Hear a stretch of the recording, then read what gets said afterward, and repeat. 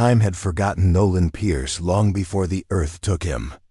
The drifting dust from his weathered casket seemed almost reluctant to settle as it caught the harsh morning light, suspended momentarily like his debts and broken promises. Marcus stood alone at the edge of the cemetery plot, his weathered hands clutched around a crumpled letter, watching as the preacher's words dissolved into the relentless Midwestern wind.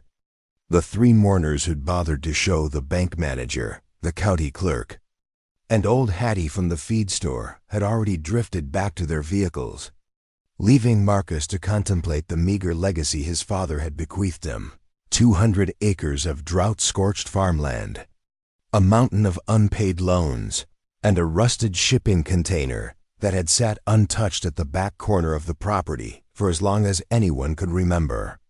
Before we jump back in, tell us where you're tuning in from, and if this story touches you, make sure you're subscribed, because tomorrow, I've saved something extra special for you.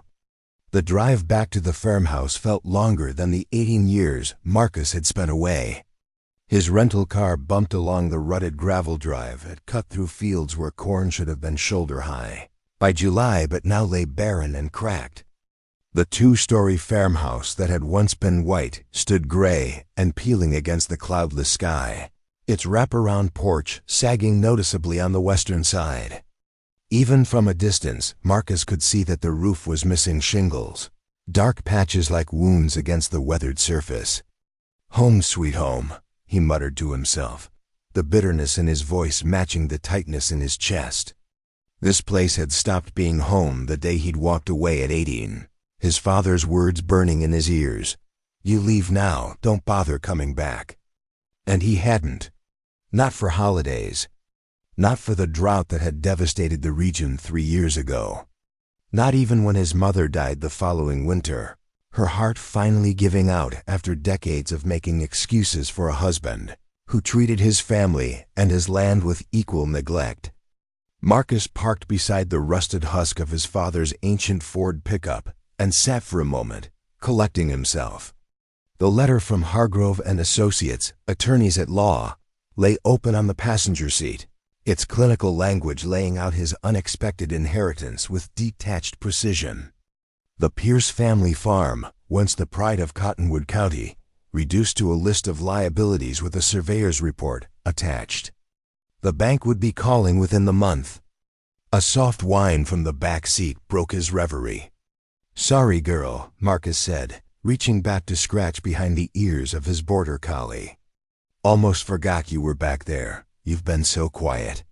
Sadie pressed her muzzle against his hand, her brown eyes understanding in a way that made Marcus's throat tighten unexpectedly. The moment his boots hit the dusty gravel, the reality of his situation settled on him with physical weight. He was standing on land that had belonged to Pierce men for 4 generations, land that would likely slip from family hands before harvest season. The irony wasn't lost on him. He'd spent his entire adult life building a landscape architecture business in Seattle, designing other people's perfect outdoor spaces, while his family's legacy literally dried up and blew away. Sadie bounded from the car the moment he opened the back door, her lean body stretching as she surveyed the unfamiliar territory.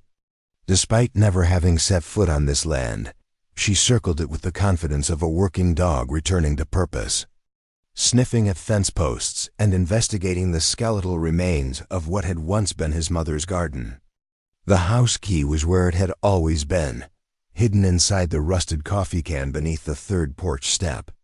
Some things, apparently, never changed, even when everything else had. Inside, the house was a time capsule of decay. Faded wallpaper curled at the seams, water stains mapped the ceiling like misshapen continents, and the air hung thick with the musty odor of neglect. Marcus moved through the rooms with the caution of an intruder, noting the dishes still stacked in the sink, the ancient TV still set to his father's favorite Western channel, the half-empty whiskey bottle on the side table beside his recliner. Nolan Pierce had died as he had lived alone, stubborn and unwilling to bend even in the face of inevitability. The kitchen calendar still hung on its nail, stopped 3 months earlier at the date of his father's heart attack. Marcus flipped through the pages, finding only utility bill due dates and cryptic initials that might have been appointments or debts. No birthdays. No anniversaries. No acknowledgement that there had once been a family in this house. A photograph hung crooked on the wall beside the refrigerator, the only one Marcus could see in the entire downstairs. He straightened it, recognizing his mother's smile, his own awkward teenage frame, and his father's stern, unreadable expression. The glass was dusty, and Marcus wiped it clean with his sleeve, an unconscious gesture of respect for the woman who had tried so hard to hold everything together. The sound of tires on gravel drew his attention to the window. A beat-up blue Chevy had pulled up behind his rental, and a man in dusty work clothes was climbing out, adjusting his cap as he approached the house. Even before the knock came, Marcus knew who it would be. "I heard Nolan's boy finally came home," said Jim Colton without preamble when Marcus opened the door. The leathery lines around his eyes deepened as he squinted up at Marcus. "Didn't recognize that fancy car, but I figured it had to be you." Jim had been farming the adjacent property for as long as Marcus could remember, and from the looks of it, time hadn't been any kinder to him than it had been to the Pierce land. "Jim," Marcus acknowledged, stepping back to allow the older man inside. "Didn't expect anyone to know I was here already." Jim snorted softly. Small towns.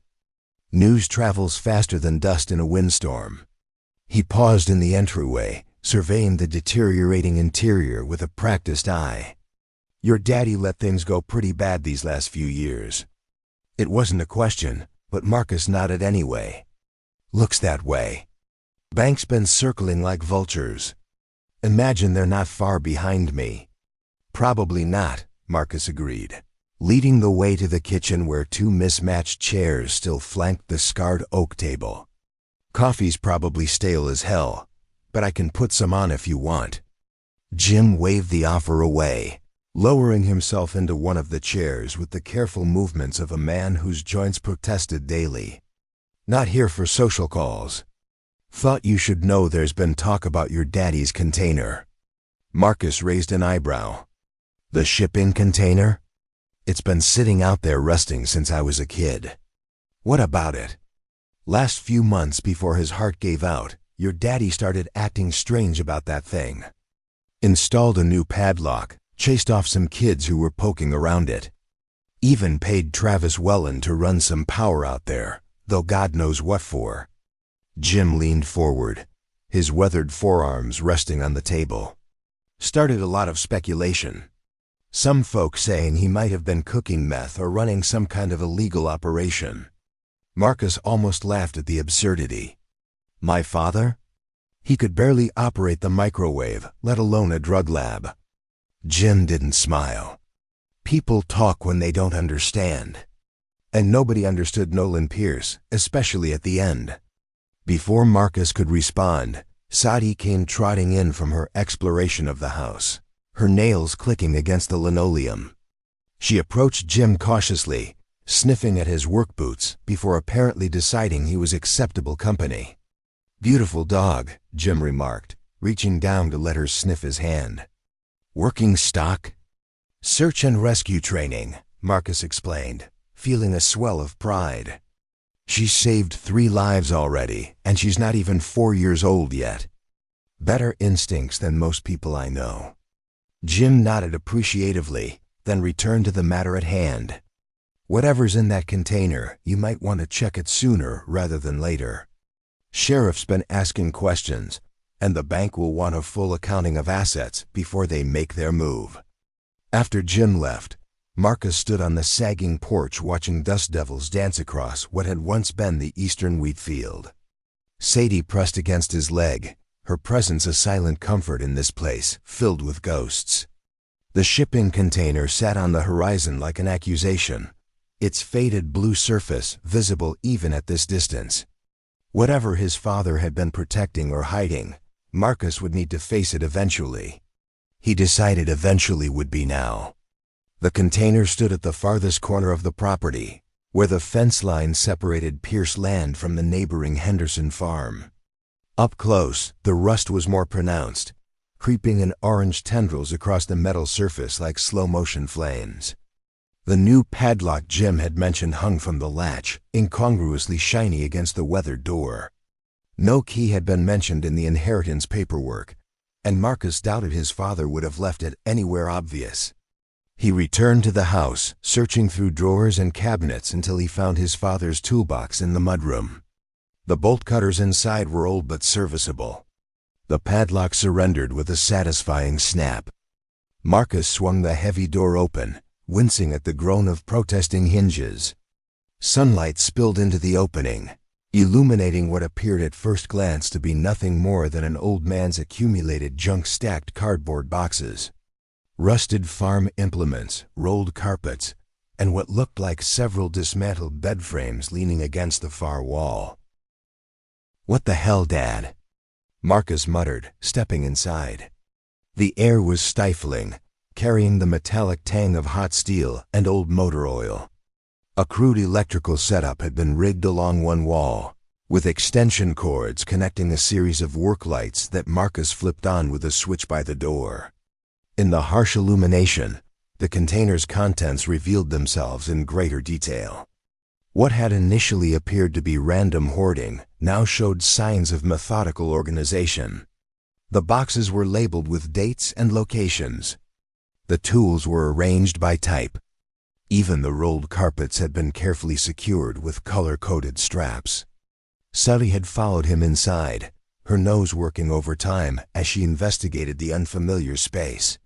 She moved with purpose toward the back of the container, where a tarp-covered mass took up the far corner. As Marcus watched, she began pawing at the edge of the tarp, whining softly. "What is it, girl?" he asked, moving deeper into the container.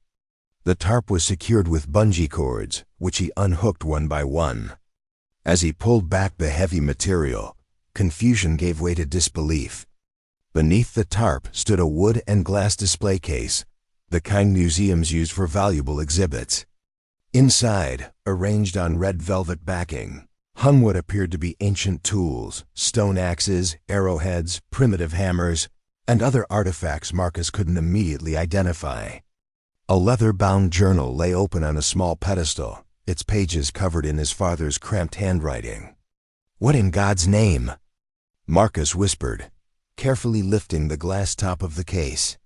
Sagi continued investigating, her attention shifting to a metal footlocker partially hidden beneath a workbench. She scratched at it insistently, looking back at Marcus with expectant eyes.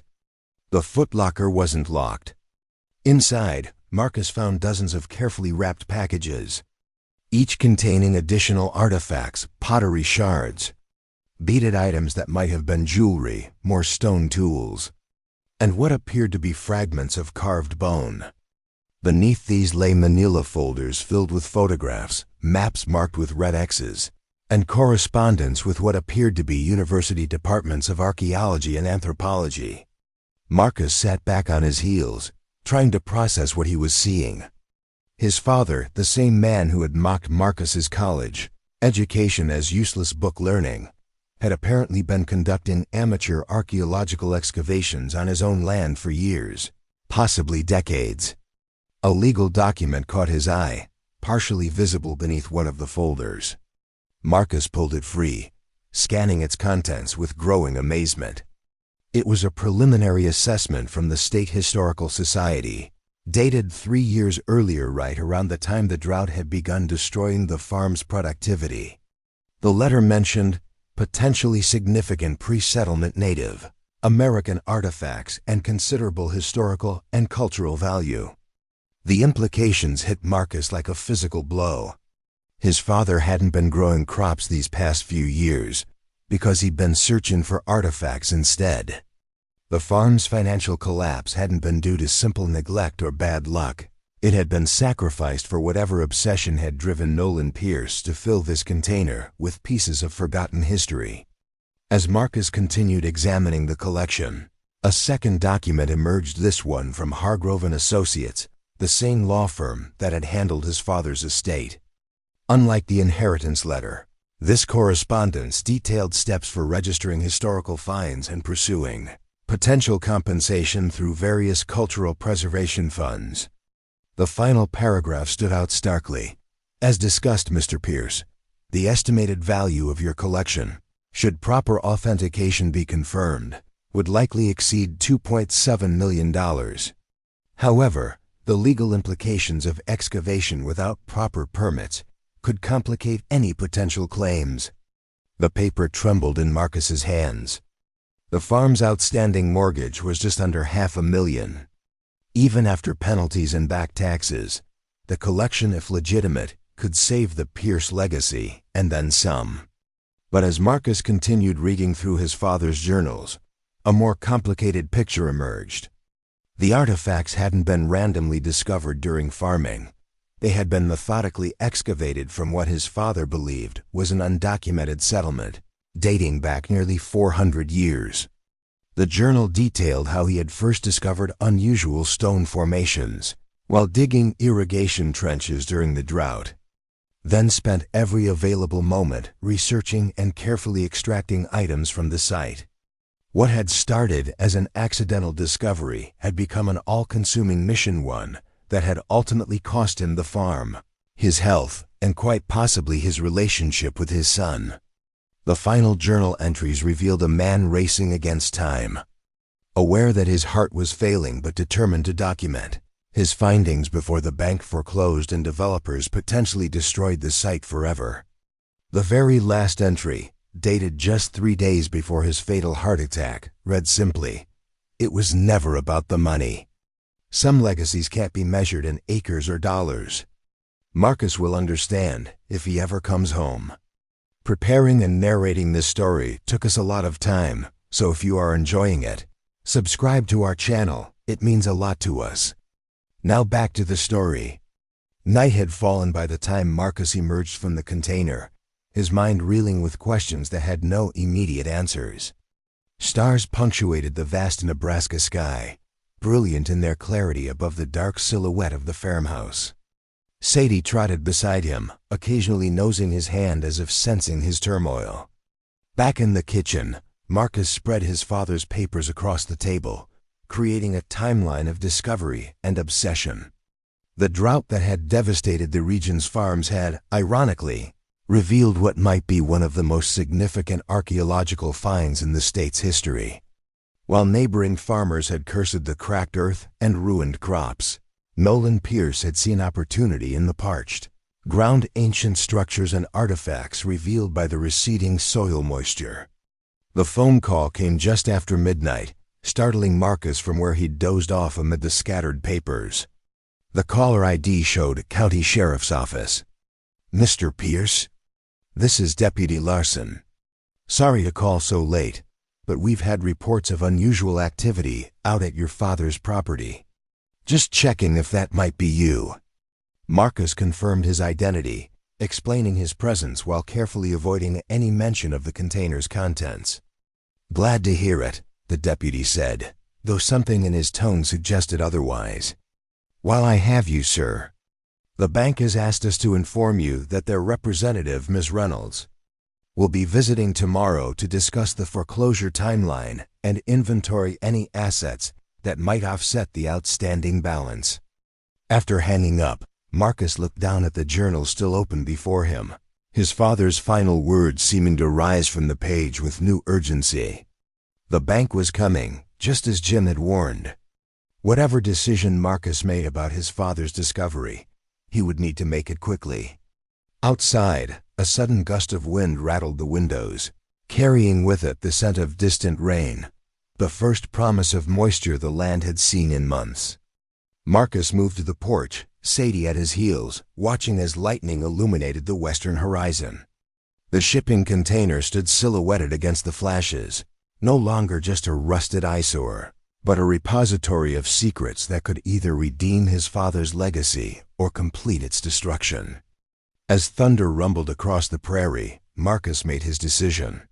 He would call Professor Elena Vasquez at the University's anthropology department, the one academic whose correspondence with his father had seemed genuinely interested in the historical significance rather than just the monetary value. Before the bank could catalog and claim his father's discovery, he needed an expert's validation and protection. The rain began to fall as Marcus returned inside, fat drops hammering against the roof like an insistent message from the past. For the first time since arriving, he felt something unexpected stirring beneath his resentment and grief, something that might have been purpose, or possibly even pride. His father might have lost the farm, but he'd discovered something far older and perhaps more valuable than Pierce family history. The question that would haunt Marcus through the approaching storm was whether he could preserve both legacies, or if he would be forced to choose between them, just as his father had. Sadie settled at his feet with a contented sigh as Marcus began gathering the most important documents. Whatever came next, he wouldn't face it alone, and for the first time in 18 years, he felt the weight of his father's name as something other than a burden. In the rusty container that had been the source of so much local ridicule lay a treasure that might rewrite history, both the region's and his own. Outside, the rain continued to fall on land that had belonged to Pierce men for 4 generations, the parched soil drinking deeply as if preparing for something new to finally take root. Dawn broke through a gap in the storm clouds, casting long shadows across the saturated fields. Marcus stood at the kitchen window, a mug of bitter coffee warming his hands as he surveyed the changed landscape. The overnight downpour had transformed the parched earth into a maze of puddles and mud, as if the land itself were unsure what to do with such unexpected bounty after years of thirst. Sadie lay at his feet, occasionally raising her head when his tension translated through his body. The papers and journals he'd gathered from the container were spread across the kitchen table, organized into neat stacks, documentation of the finds, correspondence with academics, preliminary valuation assessments, and the troubling letters from the bank that had been hidden away in his father's desk drawer. The clock on the microwave showed 7:15 a.m. Ms. Reynolds from the bank would arrive at 9. Professor Vasquez hadn't answered his late-night call, but he'd left a detailed message explaining the urgency of the situation. Now all he could do was wait and prepare for the confrontation that was coming. The sound of tires on wet gravel drew his attention. Too early to be the bank. Marcus stepped onto the porch, watching as Jim Colton's blue Chevy pulled up beside his rental car. The older farmer emerged slowly, as if the damp morning had settled deep in his joints. "Heard you were out at the container yesterday," Jim called, not bothering with a greeting. "Found what your daddy was hiding?" Marcus hesitated, suddenly aware of how little he knew about his father's relationships in the years since he'd left. Jim had been a fixture of his childhood, but people changed. Loyalties shifted, and the stakes were suddenly much higher than a failing farm. "You knew what he was doing out there," Marcus said, not a question but an accusation. Jim shrugged, climbing the porch steps with deliberate care. "Knew he was digging. Knew he thought he'd found something important. Didn't know exactly what." He paused, studying Marcus's face. "So it's true then? He actually found something worthwhile in this godforsaken dirt." Marcus stepped aside, allowing Jim into the kitchen where the evidence of Nolan's discovery was laid bare. Jim moved methodically through the documents, occasionally nodding or grunting in recognition. "He showed me a few pieces," Jim finally admitted, settling his weathered frame into a kitchen chair. "Asked me not to say anything. Thought people would think he'd lost his mind, the old man who'd rather dig up rocks than save his farm." He looked up at Marcus, his expression unreadable. "Maybe he had. Why didn't you tell me yesterday?" Marcus demanded, pouring a second mug of coffee and setting it before Jim with more force than necessary. "Wasn't my story to tell." Jim wrapped his gnarled hands around the mug. "Besides, wasn't sure if you deserved to know." The words stung more than Marcus wanted to admit. "He was my father." "A fact you remembered conveniently about the same time his heart gave out," Jim countered, his voice level but cutting. "He waited for you, you know. Every holiday. Every harvest. Even kept that bedroom of yours untouched, like you were just away at college instead of pretending this place didn't exist." Marcus turned away, unable to meet the accusation in the older man's eyes. "You don't know what it was like. Don't I?" Jim's laugh held no humor. "I watched that man destroy himself and his land because he couldn't admit when he needed help.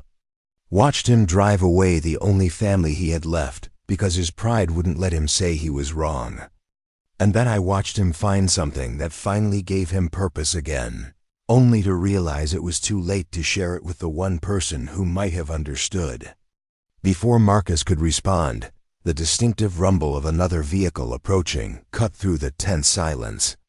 This one moved faster, with the confidence of someone who knew exactly where they were going and why. "Sounds like your bank appointment came early," Jim observed, rising from his seat. "Think carefully about what you tell them, boy. Once the suits know what's in that container, everything changes." Through the window, Marcus watched a sleek black SUV pull up beside Jim's truck. The woman who emerged was younger than he'd expected, perhaps his own age, dressed in a pantsuit that looked absurdly formal against the muddy farmyard. She carried a leather portfolio and moved with the practiced efficiency of someone accustomed to delivering bad news. "That's not from the bank," Marcus said quietly. "Wrong vehicle. Wrong attitude." Jim moved to stand beside him, narrowing his eyes against the morning glare. "Hargrove and Associates," he read from the door decal visible as the SUV turned. "Your daddy's lawyers. What are they doing here?" Marcus felt a chill that had nothing to do with the morning air. "I don't know. But I intend to find out."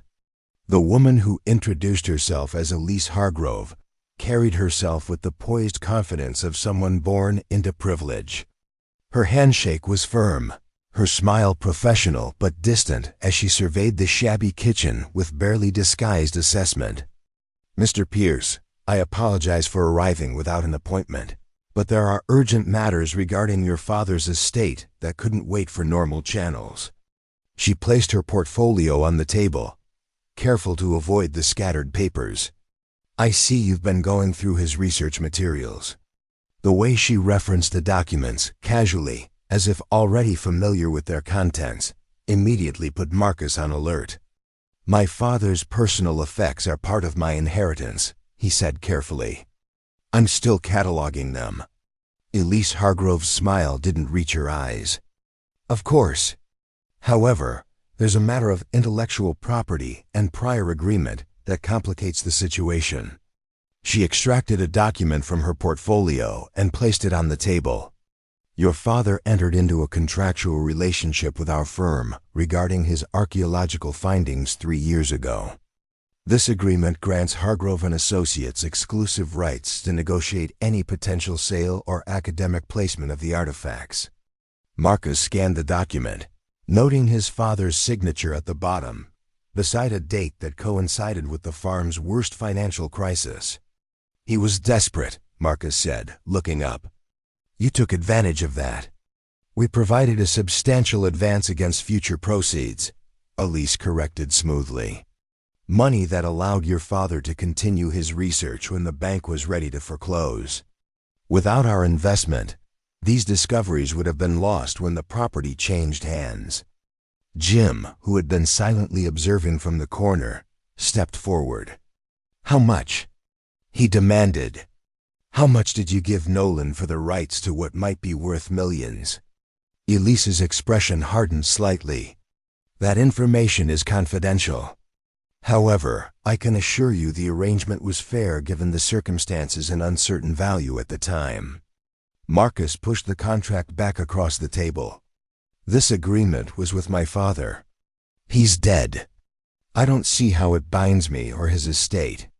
"Page 3, paragraph 4, Elise replied without hesitation. "The agreement explicitly includes heirs and assigns. Additionally, our firm has already invested considerable resources in preliminary authentication and academic connections." Her tone softened marginally. Mr. Pierce, I understand this is a difficult time, but this isn't simply about money. Your father's discoveries have significant historical importance. Our firm is positioned to ensure they receive proper academic recognition while protecting the financial interests of the estate. Before Marcus could respond, the sound of yet another vehicle approaching drew their attention. This time, it was unmistakably the bank conservative sedan with the county trust logo on the door. Seems like everyone wants a piece of Pierce land today, Jim observed dryly. Elise checked her watch with practiced nonchalance. I took the liberty of coordinating my visit with Ms. Reynolds. I thought it might be efficient to address both matters simultaneously. Marcus felt the control of the situation slipping through his fingers like the farm's soil during drought. How thoughtful of you, he said, unable to keep the bitterness from his voice. Andrea Reynolds from County Trust Bank was everything Marcus expected: efficient, professionally sympathetic, and ultimately implacable. She laid out the farm's financial situation with brutal clarity. 6 missed mortgage payments, 3 years of operating at a loss, and a foreclosure process that was already well underway. Your father's death doesn't stop the legal proceedings, she explained, spreading documents across the table opposite Elise's contract. However, it does provide a brief window to settle the outstanding balance before the property goes to auction. And if I can settle it? Marcus asked, already knowing the answer but needing to hear it spoken aloud. Then the farm remains in your possession, Mr. Pierce. But the balance due, including penalties and legal fees, is just over $580,000. The deadline for payment is 10 days from today. The two women sat across from Marcus like opposing chess players, each with their own strategy, but both ultimately controlling pieces of his inheritance.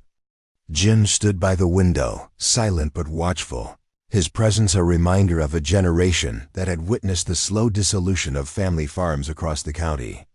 I need time to review these documents, Marcus said finally. And I'll need to consult with my own legal representation. Elise's smile tightened almost imperceptibly. Of course. However, I should mention that our agreement with your father includes a time-sensitive clause. If the artifacts are not properly processed through our established channels within 30 days of any change in the property's ownership status, all rights revert to the Historical Society, with no financial compensation to the estate. Convenient, Marcus observed. Legal, Elise countered smoothly. The tension in the kitchen was interrupted by the sudden intrusion of Sadie, who had been investigating the farmhouse but now returned to press against Marcus's leg, her posture alert and focused. A moment later, they all heard what had caught her attention, the sound of a third vehicle approaching, this one moving with the cautious uncertainty of someone unfamiliar with the property. Through the window, Marcus watched an aging station wagon navigate the muddy drive, finally parking at a respectful distance from the other vehicles. The woman who emerged was in her 50s, with silver-streaked dark hair, pulled back in a practical braid, and the comfortable clothing of someone who spent more time in the field than in offices.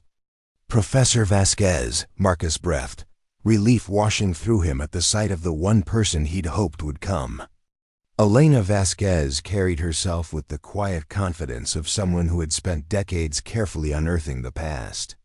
Her handshake was firm, her eyes sharp and assessing as she took in the assembled group in the kitchen. I came as soon as I got your message, Mr. Pierce, she said, her slight accent wrapping around the words. It seems I'm not the only one interested in your father's discoveries. Elise rose immediately, extending her hand. Elise Hargrove, Professor. My firm has been representing Mr. Pierce Sr.'s interests in this matter for some time. We've corresponded previously regarding potential academic collaboration. Yes, Elena replied, her tone neutral. I recall your firm's rather restrictive proposals regarding publication rights and access restrictions. She turned to Marcus. I assume you've called me here to provide an independent assessment. Yes, Marcus confirmed. I need to know what my father actually found, and what it means historically and otherwise.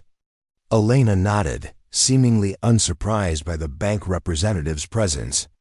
Archaeological discoveries of significance can complicate property matters considerably. Depending on what we're dealing with, there could be historical preservation issues that supersede both private ownership and financial claims. This statement landed like a stone in still water, sending ripples of tension through the room. Andrea Reynolds straightened, suddenly alert to potential complications in what should have been a straightforward foreclosure. Elise's professional composure flickered momentarily. "Perhaps we should examine the actual artifacts," Elena suggested, rather than speculating based on documentation alone. The rain had stopped, but the ground between the farmhouse and the shipping container had transformed into a treacherous field of mud. They moved as a procession, Marcus and Elena leading, followed by Elise with her portfolio clutched protectively against her chest. Andrea with visible reluctance at the damage to her practical, but still office-appropriate shoes. And Jim bringing up the rear with the unhurried pace of someone who had crossed muddy fields his entire life.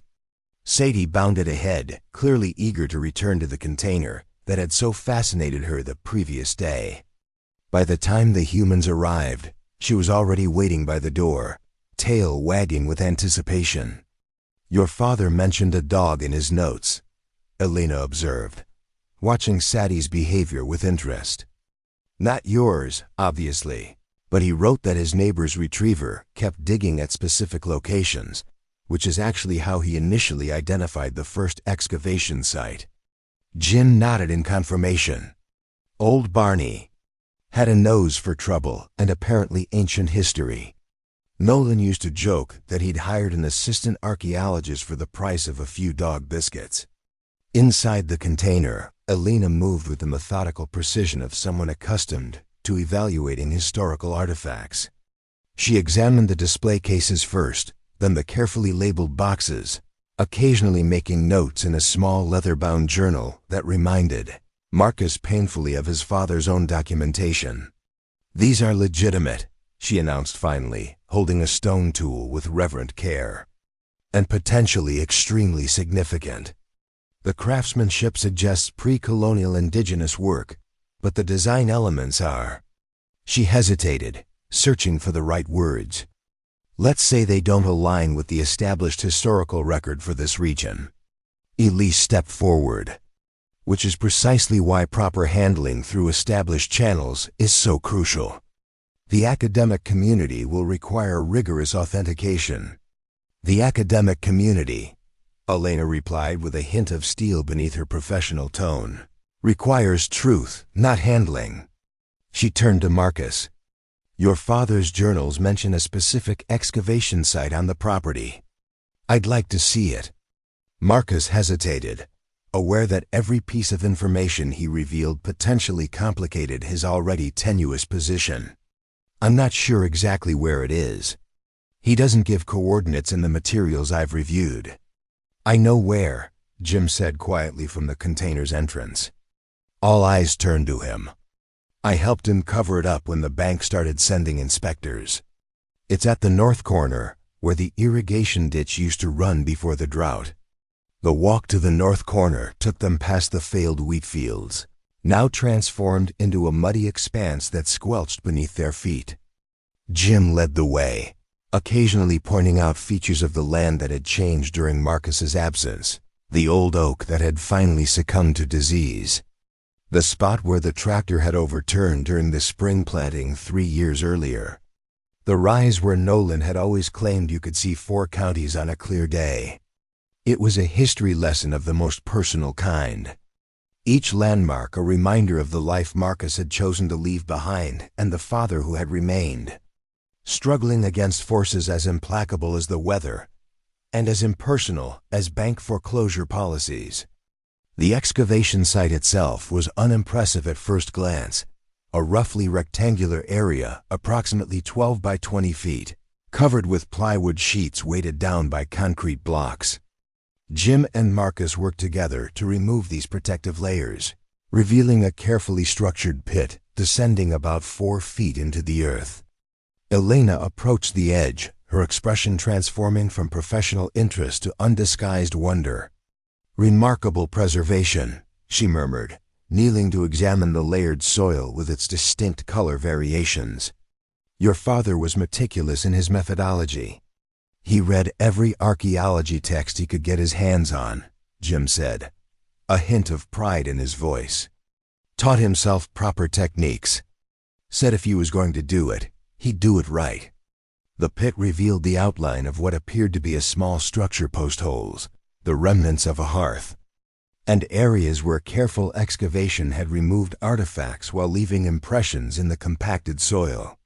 "This isn't just a random collection of items," Elena explained, pointing to specific features. "This was a settlement, a small one, perhaps seasonal, but definitely established. And based on the depth and soil composition, potentially much older than previously documented habitation in this region." "How much older?" Marcus asked, finding himself genuinely curious despite the practical concerns pressing on him from all sides. "Without carbon dating and proper analysis, I can't say definitively.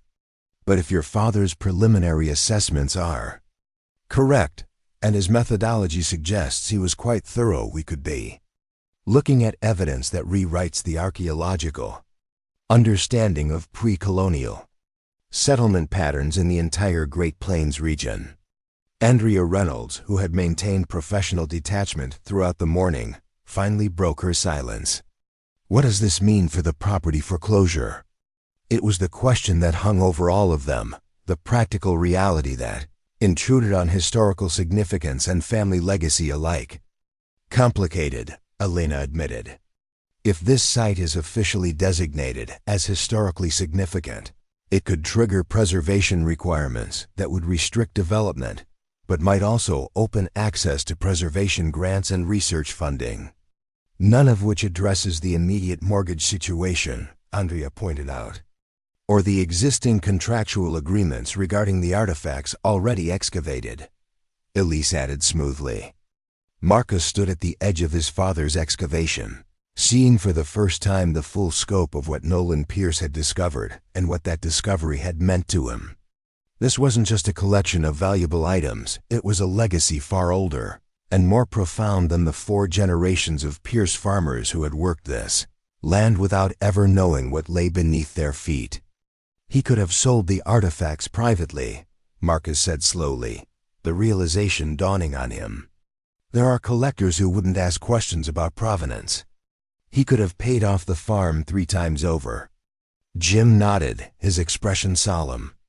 "I told him as much, more than once. Said he was a fool to let the bank take his land when he was sitting on a fortune." "What did he say to that?" Marcus asked, though he suspected he already knew the answer. "Said some things weren't meant to be owned," Jim replied. "Said history belonged to everyone or no one. Stubborn old fool." But the words held affection rather than criticism. The group stood in silence, the weight of competing interests hanging between them. The bank needed its money. The law firm wanted its contractual rights. The archaeologist saw priceless historical significance.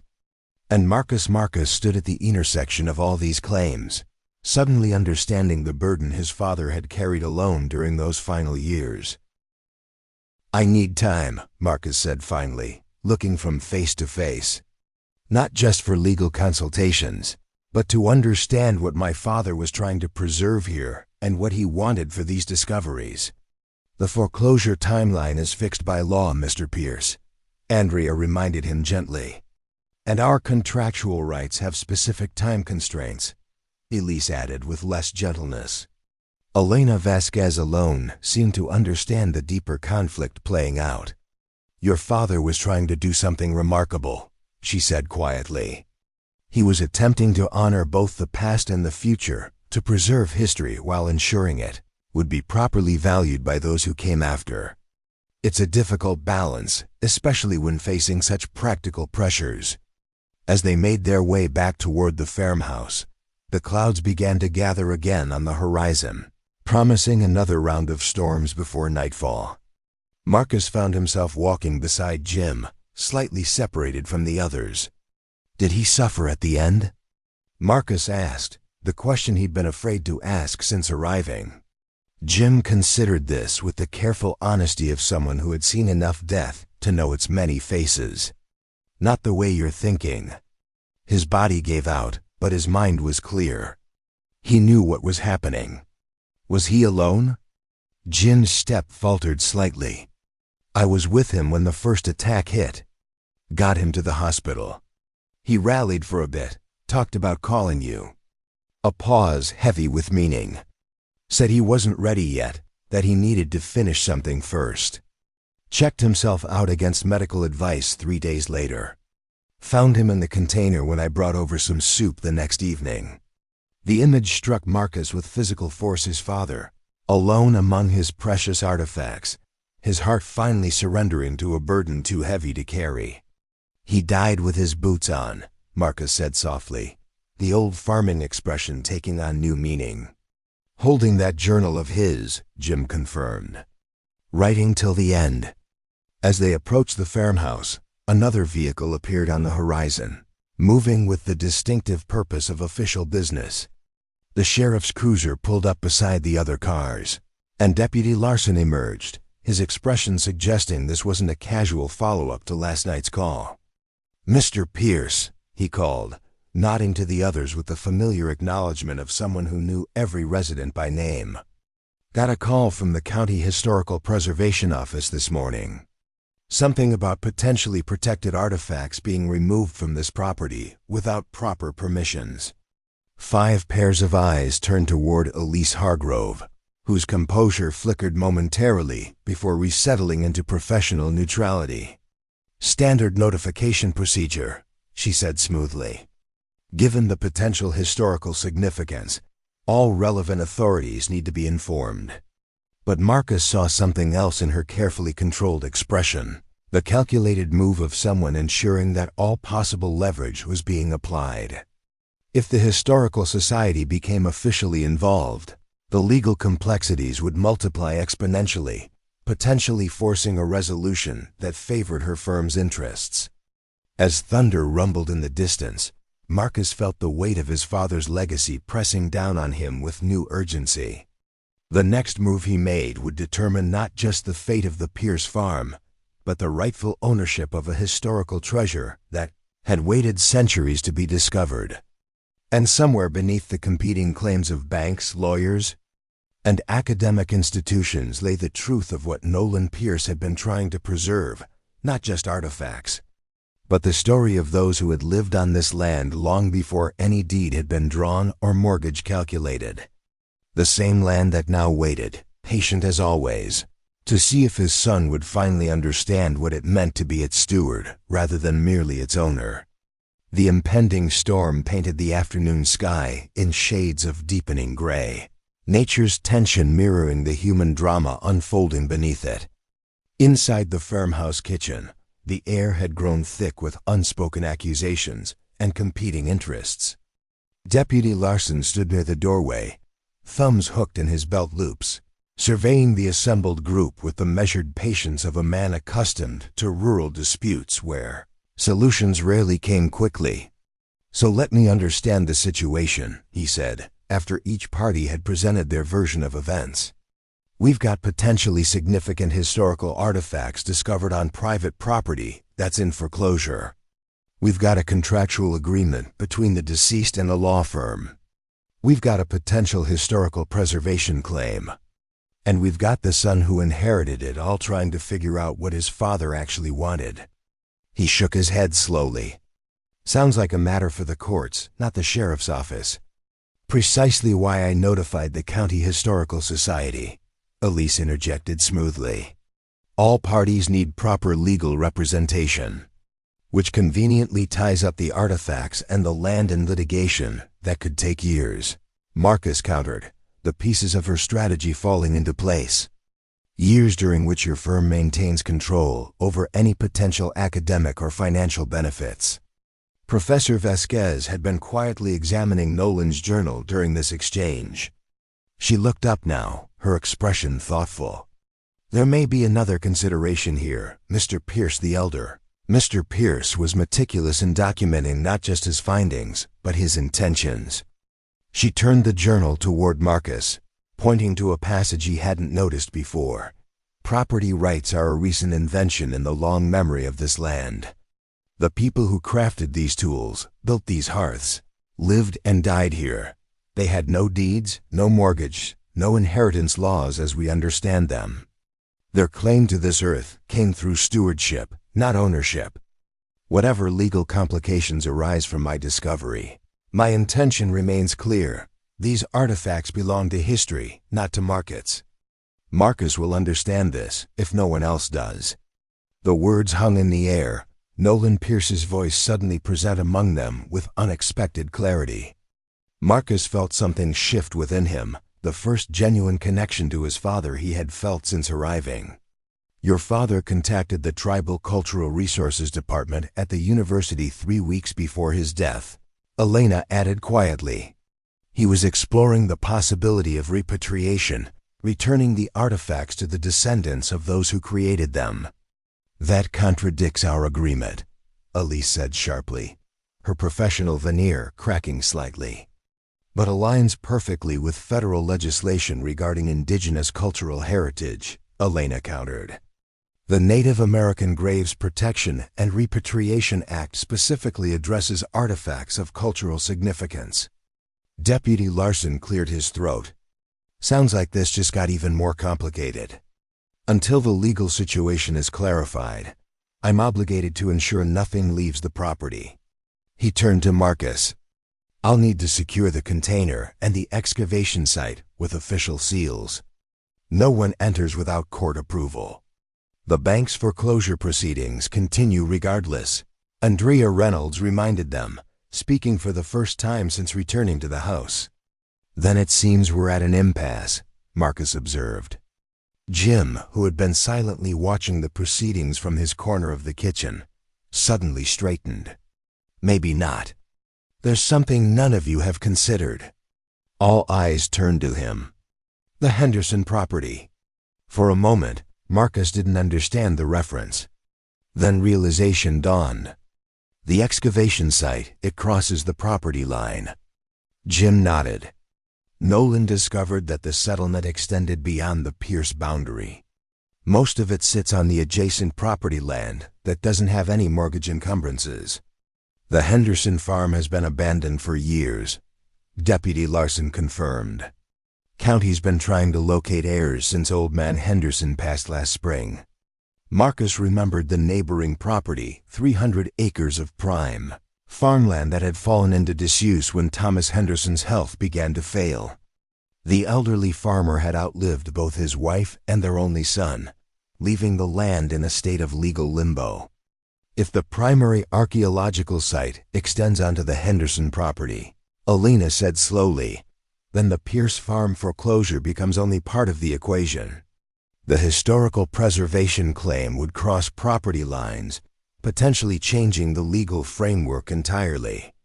A knock at the door interrupted the discussion. Deputy Larson answered, returning a moment later with a concerned expression.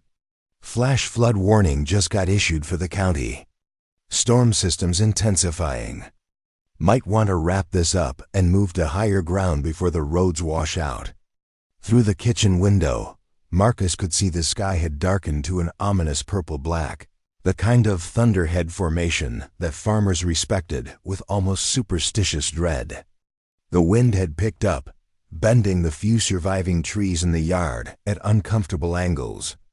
We need to check on the excavation site, he said suddenly, remembering how the pit had been left uncovered. If it floods, the soil composition could be compromised. The whole context could be lost. Elena nodded in immediate understanding. We should recover the plywood at minimum. Deputy Larson looked dubious. Weather Service is saying this is serious. Not sure it's worth the risk for an archaeological site that's already waited a few hundred years. It's waited precisely because it was protected, Elena countered. One flood could destroy context that can never be recovered. The decision crystallized for Marcus with unexpected clarity. I'm going. Anyone who wants to help is welcome, but no one's obligated. He was already reaching for his father's old raincoat when Sadie appeared at his side, alert and ready as always. Jim grabbed his own weathered jacket from the hook by the door. Elena quickly gathered her field notebook and slipped it into a waterproof bag. "This is ill-advised," Elise protested, but made no move to join them. "I need to return to the bank," Andrea said apologetically. "Flash flood protocols require immediate document security measures. I'll radio for emergency services to remain on standby," Deputy Larson offered, "but I strongly recommend against this." Outside, the first fat raindrops were already beginning to fall as Marcus, Jim, Elena, and Sadie made their way across the muddy fields toward the north corner. The wind whipped around them, carrying the electric scent of imminent lightning. Thunder rolled continuously now, no longer distant warnings, but immediate presence. "Your father did this same thing during the last big storm," Jim shouted over the wind as they trudged through the thickening mud. "Everybody told him he was crazy, but he said he wasn't losing 1,000 years of history to one bad night of weather." The excavation pit came into view just as the heavens truly opened. Rain fell not in drops but in sheets, reducing visibility to mere yards. Already, water was beginning to pool at the edges of the pit, small rivulets forming as the parched ground quickly saturated. Working together in the downpour, they managed to drag the heavy plywood sheets back over the excavation. Marcus found himself shoulder to shoulder with Jim, both men straining against the wind that threatened to tear the protective covering from their grasp. Elena worked with the practiced efficiency of someone accustomed to protecting dig sites in adverse conditions, securing the corners with the concrete blocks and additional soil. As they finished, a flash of lightning illuminated the entire field with brief, blinding intensity. In that frozen moment, Marcus saw something he hadn't noticed before: subtle contours in the land, extending beyond the excavation site toward the Henderson property, like the ghost of foundations just beneath the surface. "There!" Elena shouted, pointing to where Marcus had been looking. "Your father was right. It's an entire settlement pattern." Before they could investigate further, a tremendous crack split the air, not lightning, but the sound of wood giving way. Approximately 50 yards away, near the property boundary, an ancient cottonwood that had stood sentinel over both farms for generations was surrendering to the storm's fury. As they watched in helpless fascination, the massive trunk slowly tipped, its root system pulling free from the saturated soil like a closing fist. "The pit!" Jim shouted in warning, already moving toward the excavation site. Marcus understood immediately. The falling tree's root ball was exposing a massive cavity in the earth, and the resulting destabilization could collapse their hastily covered excavation. They raced toward the site, fighting against wind and rain, but nature's timeline proved faster than human intervention. The ground beneath their feet literally shifted as subsurface water patterns suddenly changed direction. A section of soil adjacent to their covered pit simply slumped inward, revealing a previously hidden cavity beneath. Sadie reached it first, barking excitedly at the fresh opening. When Marcus arrived seconds later, he found himself staring into a small but distinct underground chamber, a space perhaps 5 feet across that had been protected from the elements for centuries. Elena dropped to her knees beside the opening, professional caution temporarily forgotten in the face of unexpected discovery. "It's a cache pit," she exclaimed, the archaeological term barely audible above the storm. "Indigenous storage chamber, perfectly preserved." Inside the small earthen vault, visible even through the rain streaming down their faces, lay ceramic vessels, woven containers, and what appeared to be ritual objects arranged with deliberate care. The exposed tree roots had somehow missed penetrating this chamber over centuries of growth, creating instead a natural protective barrier. "Your father suspected something like this might exist," Jim shouted, his weathered face alight with vindication. "Said the topography suggested storage areas beyond the main settlement." Spent weeks scanning with that homemade metal detector of his, but never found it. The irony wasn't lost on Marcus that the same storm threatening to destroy his father's careful work had revealed what Nolan Pierce had searched for without success. As if the land itself had chosen this moment, this witness, to surrender another piece of its long-held secret. "We need to document this exactly as it is," Elena urged, already reaching for her waterproof camera, "before the water causes further collapse." For the next 20 minutes, they worked against the storm's increasing fury, Elena photographing from every possible angle. Marcus and Jim constructing an improvised shelter from a tarp found in the old shed nearby. Sadie stood guard at the edge, occasionally barking when lightning struck too close for comfort.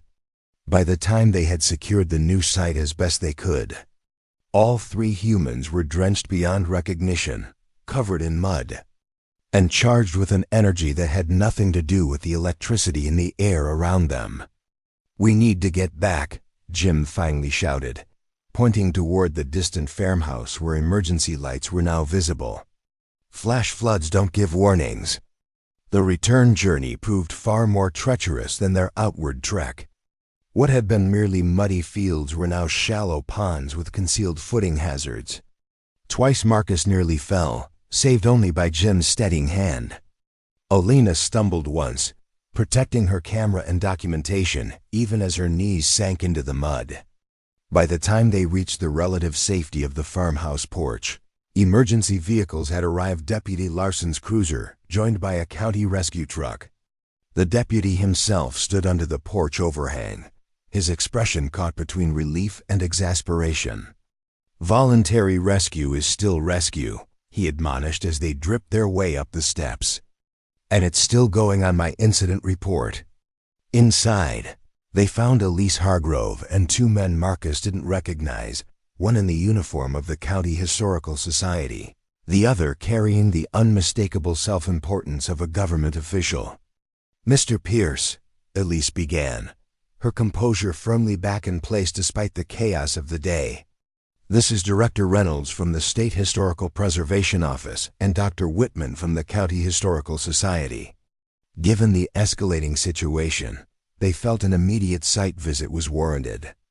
Marcus, soaking wet and covered in mud, found unexpected strength in the absurdity of the moment. "Wonderful timing," he observed dryly. "I assume you'll want a tour of the property during the flash flood?" Before either official could respond, Elena stepped forward, her academic authority somehow undiminished by her sodden appearance. "Gentlemen, we've just documented a significant new discovery, a perfectly preserved cache pit exposed by the storm. The site has archaeological integrity that exceeds even Mr. Pierce Sr.'s documentation." She produced her camera, displaying the photos that would transform the legal landscape as surely as the storm was transforming the physical one outside. The hours that followed took on the surreal quality that often accompanies natural disasters and personal revelations arriving simultaneously. As the storm raged outside, transforming fields into lakes and roads into rivers, the human drama continued within the farmhouse. Documentation was reviewed, statements recorded, positions staked. Director Reynolds spoke of state interests and preservation protocols.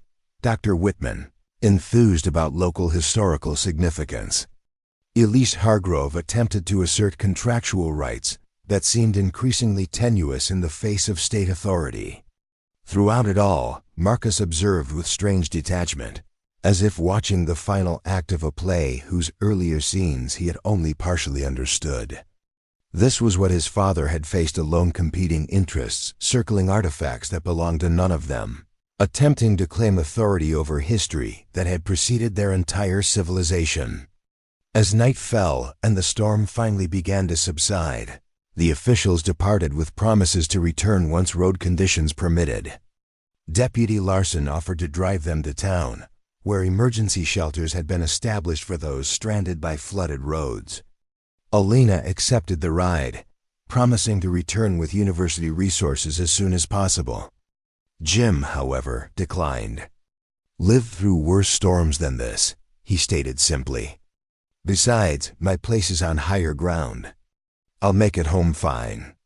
But before leaving, the older farmer pulled Marcus aside on the porch, his voice lowered for privacy.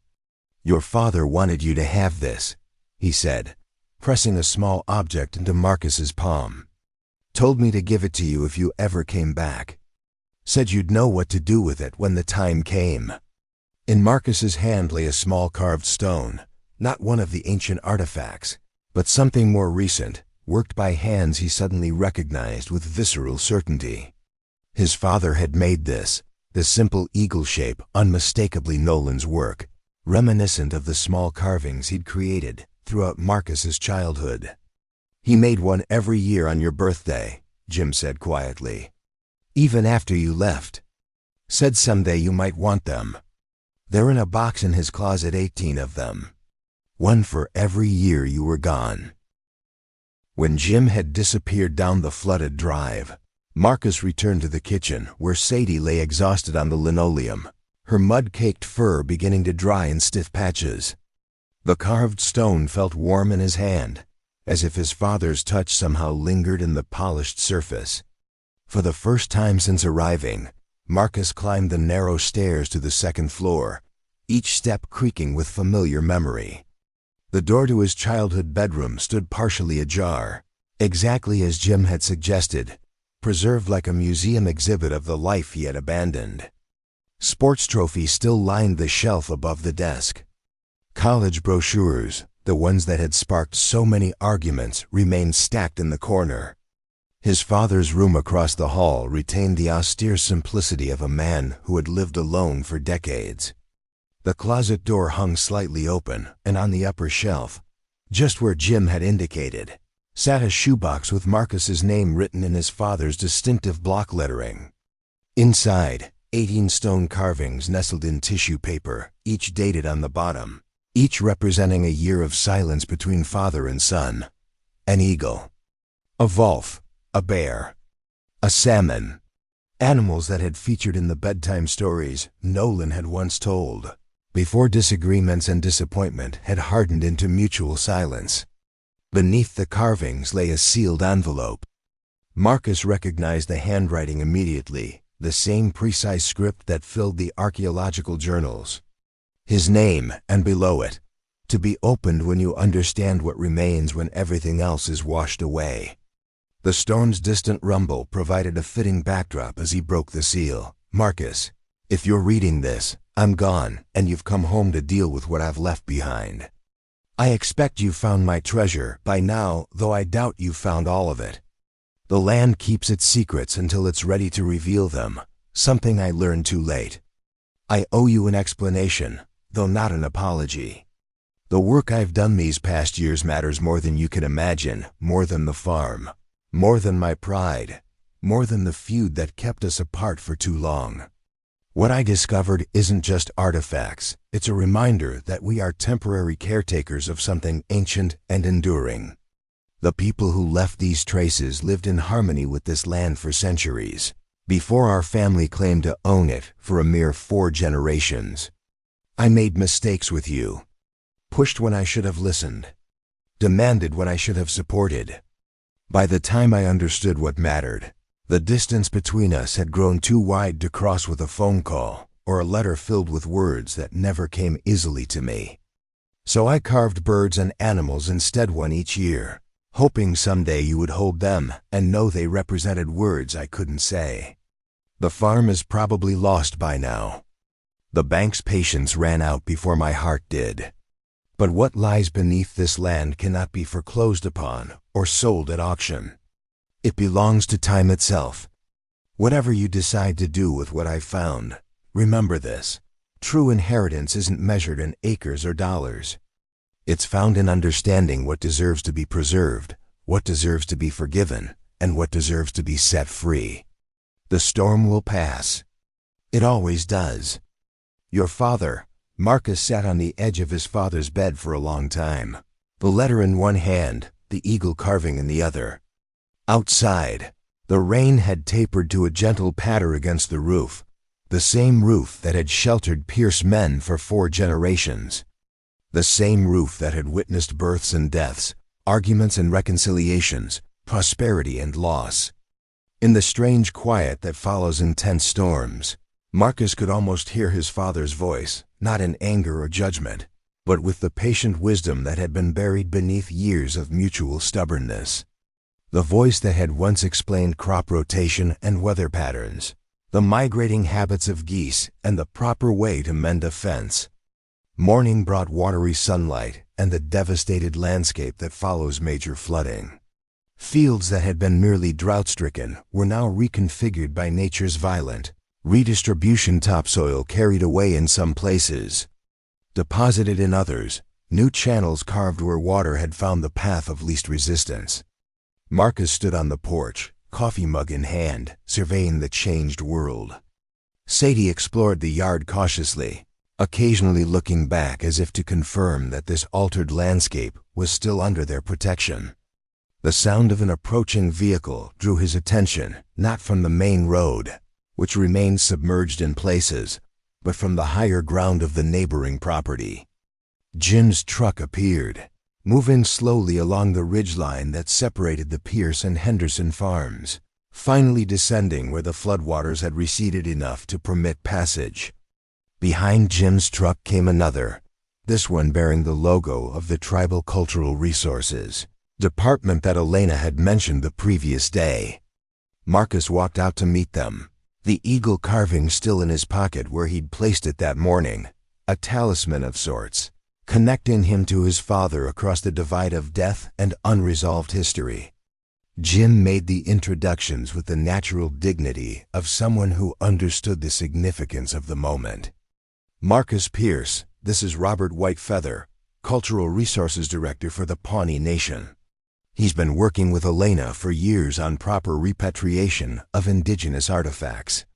Robert Whitefeather was a man in his 60s with silver hair pulled back in a traditional braid, his weathered face reflecting both academic knowledge and cultural authority.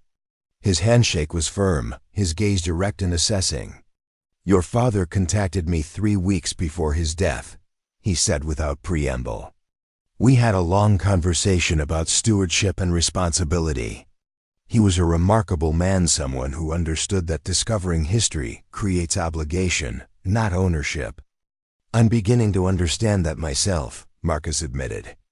As they walked toward the excavation site, now transformed by the flood into an island of plywood surrounded by standing water, Robert explained the complex legal and cultural framework that governed such discoveries. The Archaeological Resources Protection Act, the Native American Graves Protection and Repatriation Act, tribal sovereignty considerations, state and federal jurisdictions. "It's a legal maze," he acknowledged, complicated further by private property rights and banking interests. "But there's a path through it, if all parties approach with respect." When they reached the site, Marcus was relieved to find their hasty protective measures had largely succeeded. The excavation itself remained intact, though surrounded by water. The newly discovered cache pit had been partially reburied by silt, nature's automatic preservation system functioning as it had for centuries. "What happens now?" Marcus asked, looking from Jim to Robert. "That depends on what you want," Robert replied. "Your father believed these artifacts and this site should be protected from development, but also from exploitation, even academic exploitation. He envisioned a partnership between your family and the tribes whose ancestors created these objects. But the farm is being foreclosed on," Marcus pointed out. "I don't have the resources to stop that." Robert nodded, unsurprised. "Which is why your father and I discussed another possibility. The Tribal Historic Preservation Office has access to federal grants specifically designed for acquiring culturally significant land. Not at development prices, but at fair agricultural value."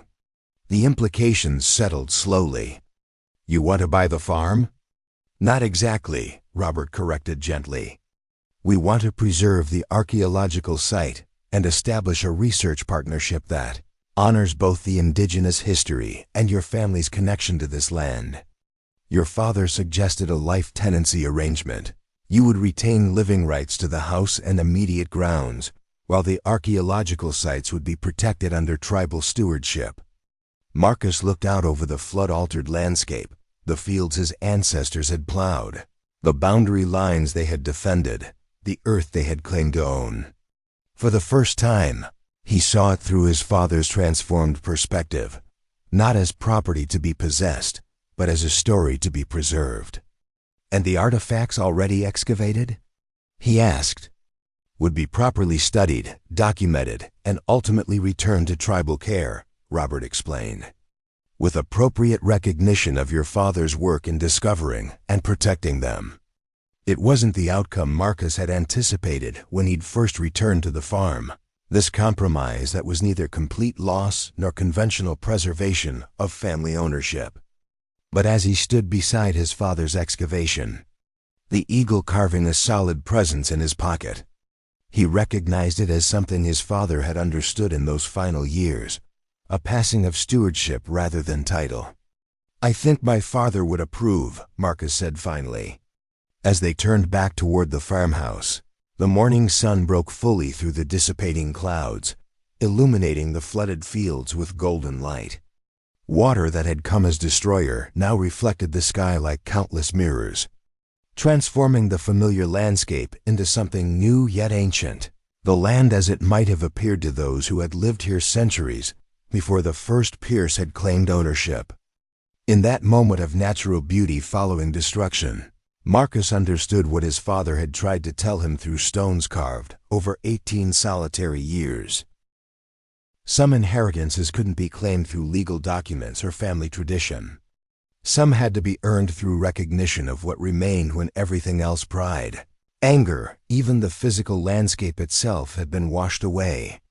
2 months later, Marcus stood on the porch of the farmhouse now officially designated as the Pierce Pawnee Heritage Center, watching as Elena Vasquez directed a team of university students in the careful excavation of what had proved to be one of the most significant pre-colonial settlement sites discovered in the region in decades.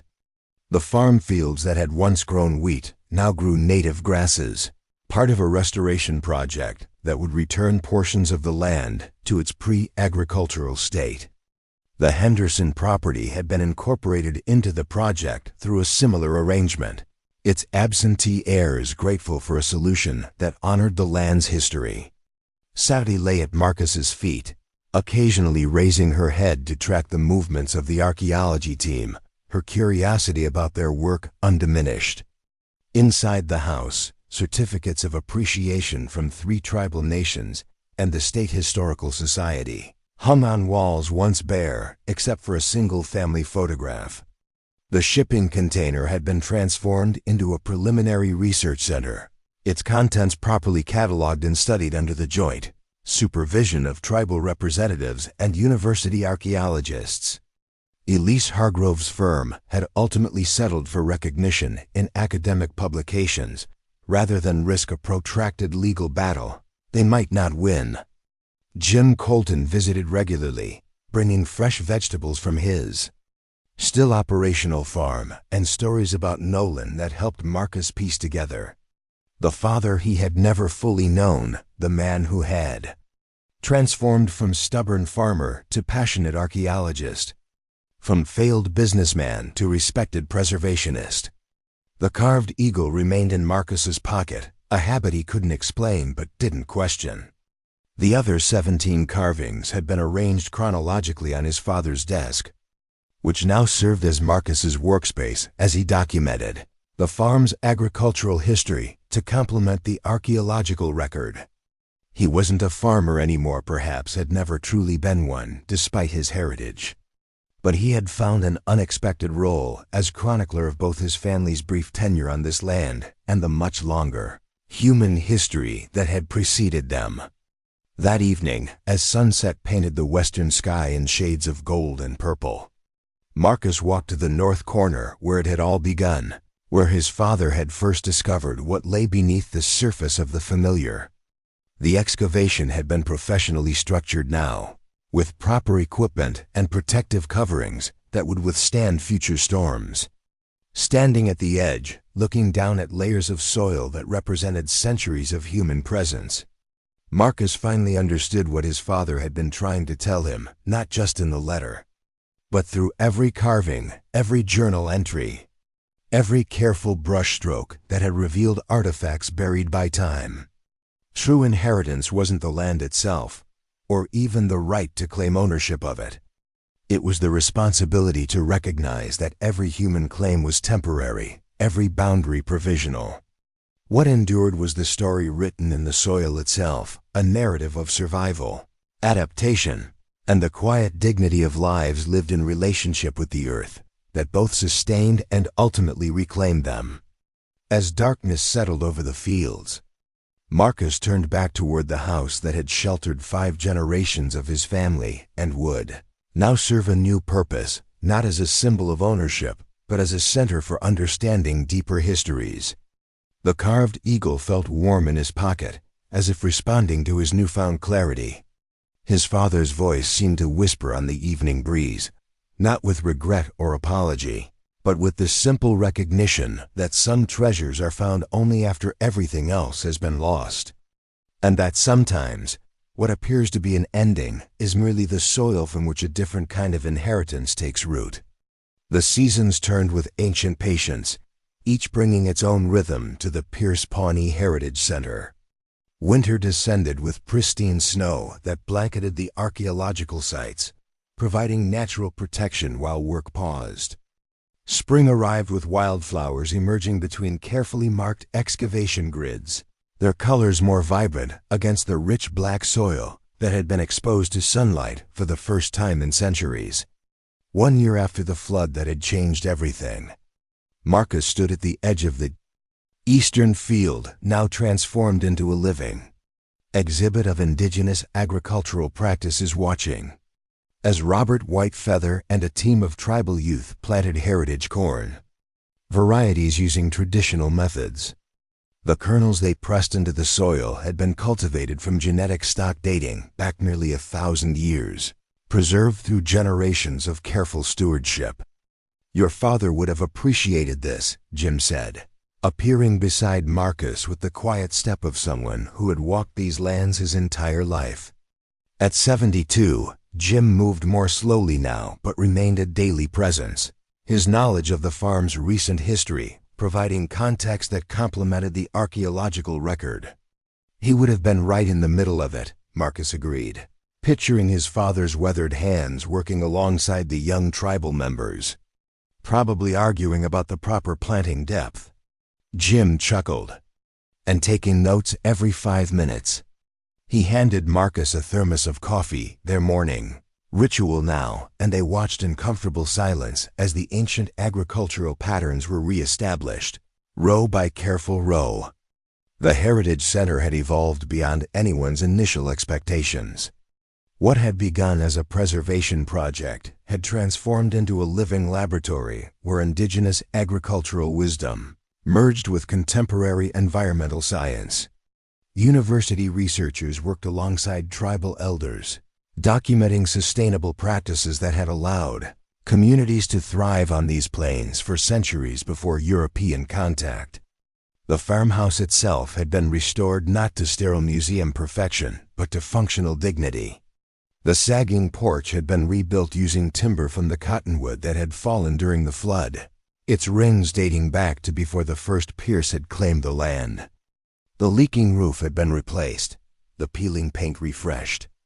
Solar panels now gleamed on the south-facing slope, powering both the house and the research facility that had replaced the shipping container.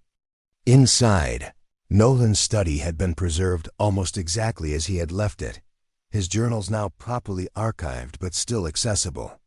His collection of reference books expanded by donations from universities and tribal libraries. The carved animals Marcus had discovered remained on the desk, a timeline of absence transformed into a testament of persistent connection. "There's something I've been meaning to show you," Jim said as they walked back toward the house. "Been waiting for the right time, and today feels like it might be it." He led Marcus not to the farmhouse but toward his truck, parked where the gravel drive met the newly established walking path that connected the various archaeological sites. "Your father gave me this about a month before his heart attack," Jim explained, reaching behind the seat to extract a weathered leather satchel. "Made me promise not to show it to anyone until the situation was resolved, whatever that meant." The satchel's contents surprised Marcus, not artifacts or journals, but photographs. Dozens of them, spanning decades, many featuring Marcus himself at various ages. His first 4-H competition, high school graduation, even several clearly taken from a distance at his college campus. "He followed you?" Marcus asked, a complex emotion rising in his throat. Jim nodded. "Not in a way you'd have noticed. Made excuses to deliver grain near your college a couple times a year. Drove to Seattle once after your mother passed, just to see your landscaping business. Never worked up the courage to knock on your door." The photographs told a story Marcus had never suspected, a father who had tracked his son's life from afar. Too proud or too uncertain to bridge the divide he himself had helped create, yet unwilling to surrender the connection entirely. "Why show me now?" Marcus asked, carefully returning the photographs to the satchel. Jim gestured toward the heritage corn planting. "Because today your father's vision came full circle. The land is being honored the way he wanted. The collection is protected. And you're here, carrying on what he started. Seemed like the right moment for you to know he never really let you go." That evening, Marcus added the photographs to his growing archive of Pierce family history, not as private mementos but as historical documentation of one family's evolving relationship with the land. The images of his younger self, captured by his father's surreptitious camera, now took their place alongside photographs of indigenous settlements, European settlers, and the archaeological team currently uncovering stories written in soil and stone. Alina Vasquez, who had become a regular presence at the Heritage Center, found him there, sorting through these fragments of personal and cultural memory. "Quite an impressive archive you're building," she observed, settling into the chair across from him. Their professional collaboration had gradually evolved into something more personal, a relationship built on shared passion for preservation and mutual respect for the different perspectives they brought to the work. "Family history meets cultural history," Marcus acknowledged.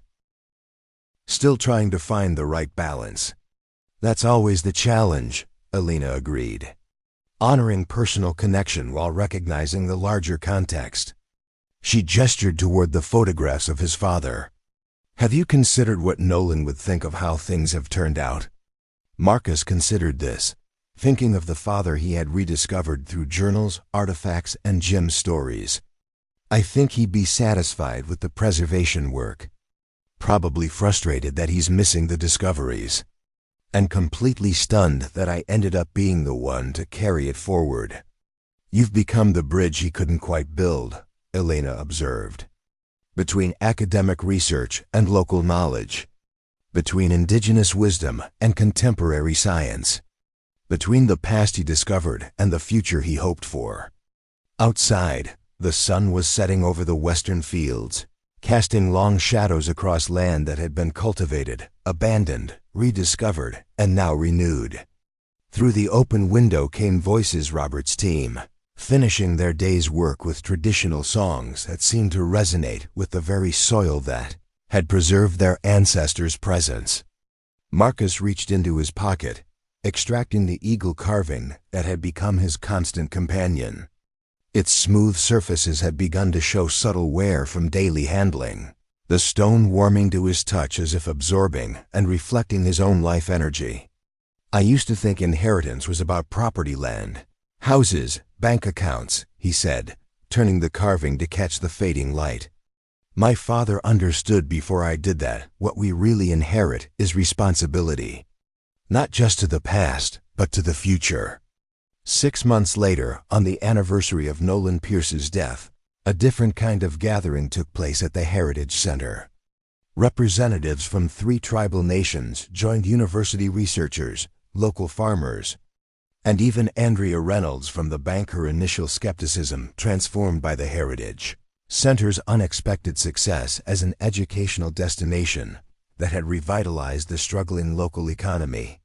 The occasion was the official opening of the permanent exhibition, a carefully curated presentation of artifacts, historical context, and the story of their discovery and preservation.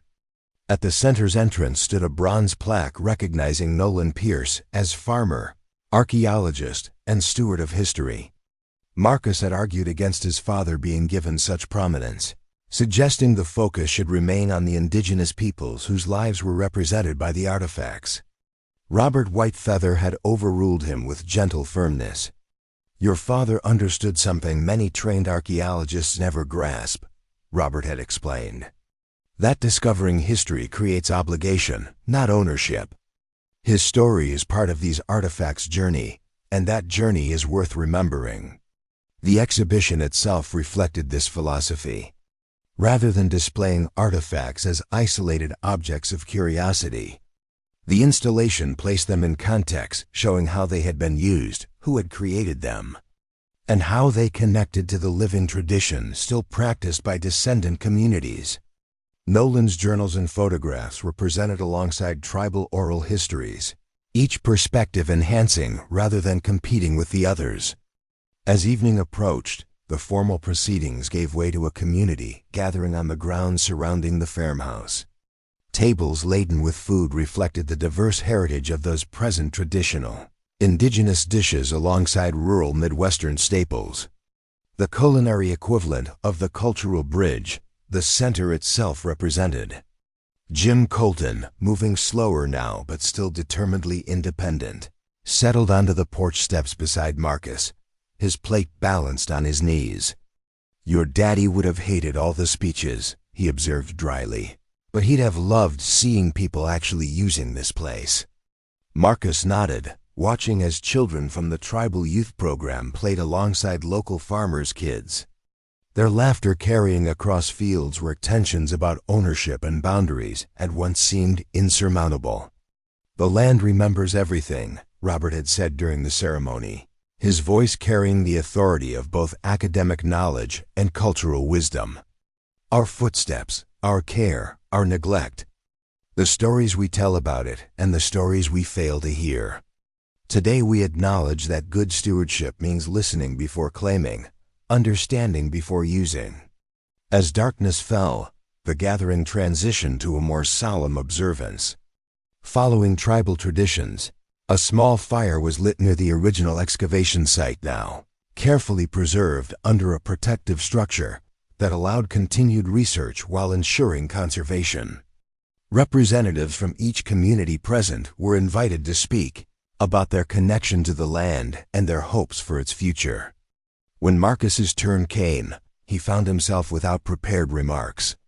Instead, he withdrew the eagle carving from his pocket, holding it so the firelight caught its contours. "My father created this during one of the 18 years we didn't speak to each other," he began, his voice steady despite the emotion behind his words. "He made one every year, marking time like rings in a tree, hoping someday I would return to claim them." He looked around the circle, at faces illuminated by firelight, some he had known his entire life, others he had met only through this unexpected journey of preservation and reconciliation. "I thought I was coming back to settle in a state and move on. Instead, I found that my father had discovered something far more valuable than land or artifacts. He found a purpose larger than himself, larger than our family legacy, larger than any individual claim to ownership." Marcus placed the eagle carving on a small table near the fire, alongside items others had contributed to the ceremony: eagle feathers, sage bundles, photographs, small tokens of connection.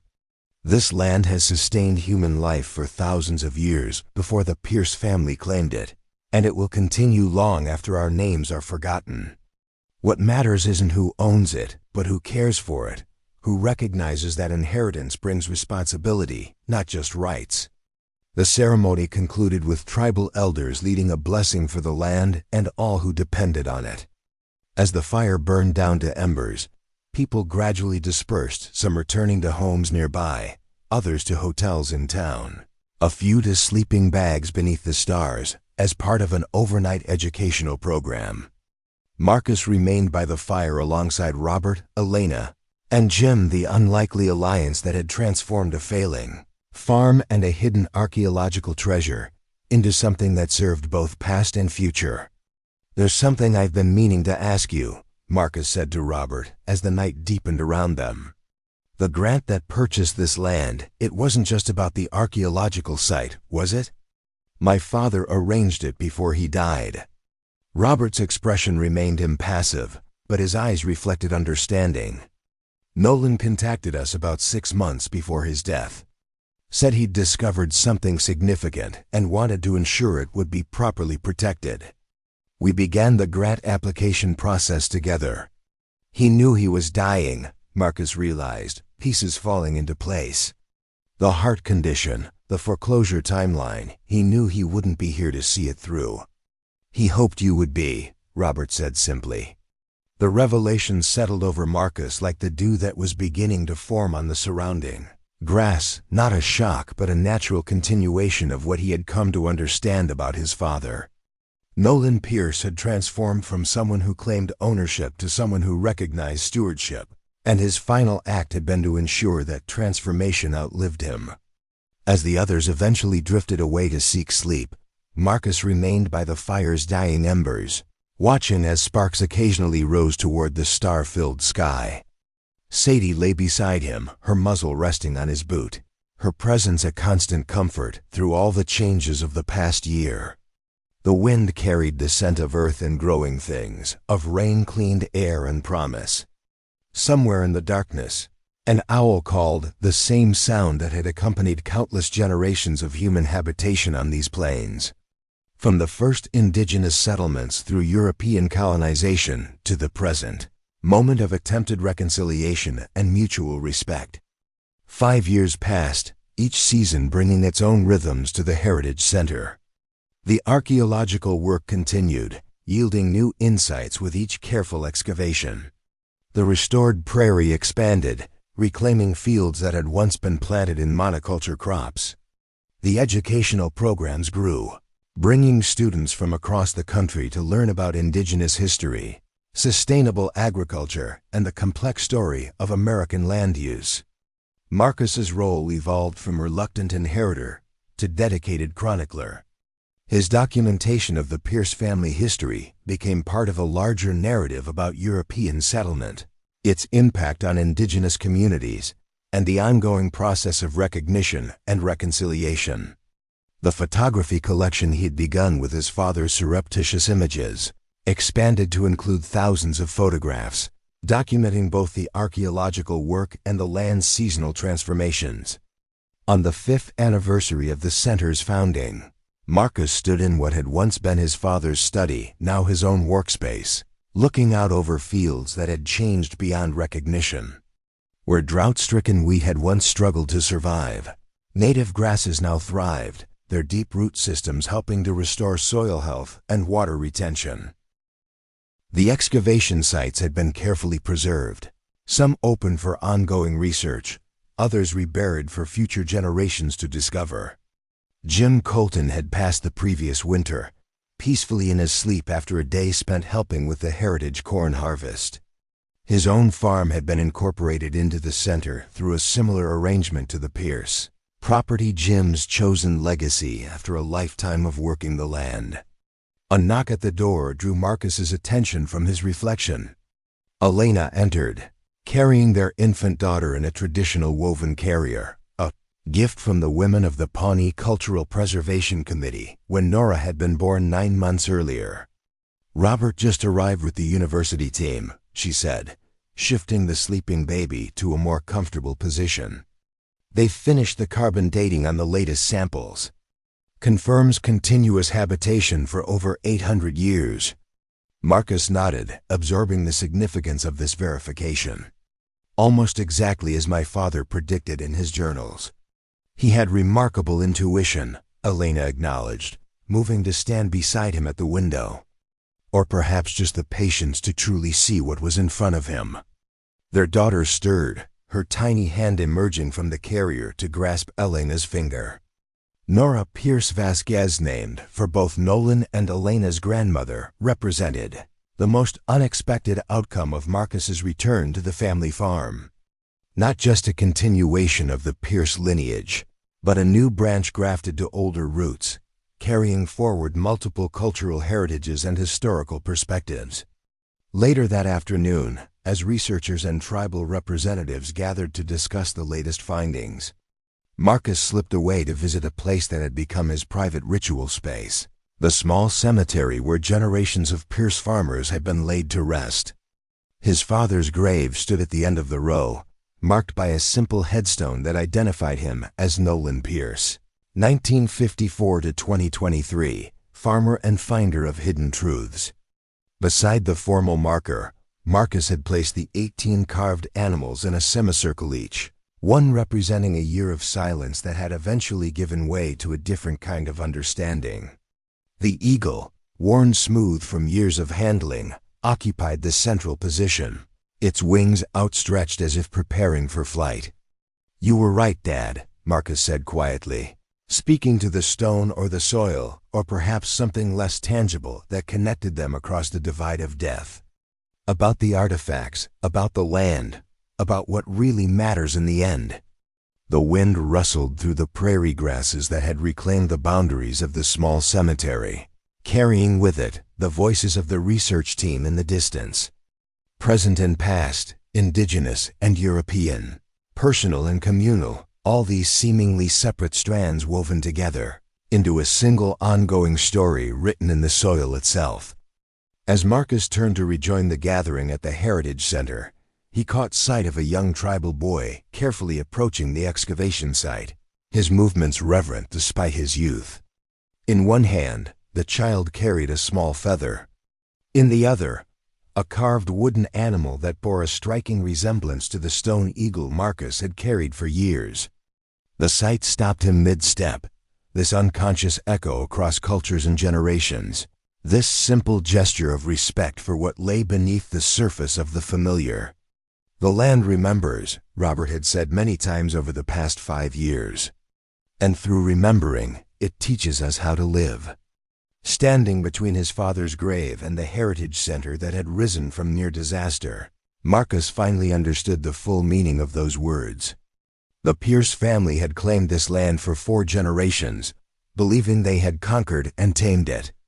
In reality, they had been temporary caretakers of a story much older and more enduring than their own, a story that would continue long after their names faded from memory. True inheritance wasn't measured in acres or artifacts, in buildings or bank accounts. It lived in the understanding that had transformed Nolan Pierce from desperate farmer to passionate archaeologist, that had brought Marcus back to the land he had fled, that now guided the research teams and tribal representatives working together to honor both past and future. As Marcus rejoined the gathering, his daughter now awake and observing the world with curious eyes, he carried with him the weight and the freedom of this understanding. The land had claimed the Pierce family, not the other way around. And in that claiming, it had offered the most valuable inheritance of all, not possession, but purpose. Not ownership, but belonging. The sun began its slow descent toward the western horizon, casting golden light across fields that had been cultivated, abandoned, discovered, and renewed. Another day ending, another season passing, another layer added to the rich stratigraphy of human presence on this small corner of the vast American plains. The land remembered everything. And now so did he.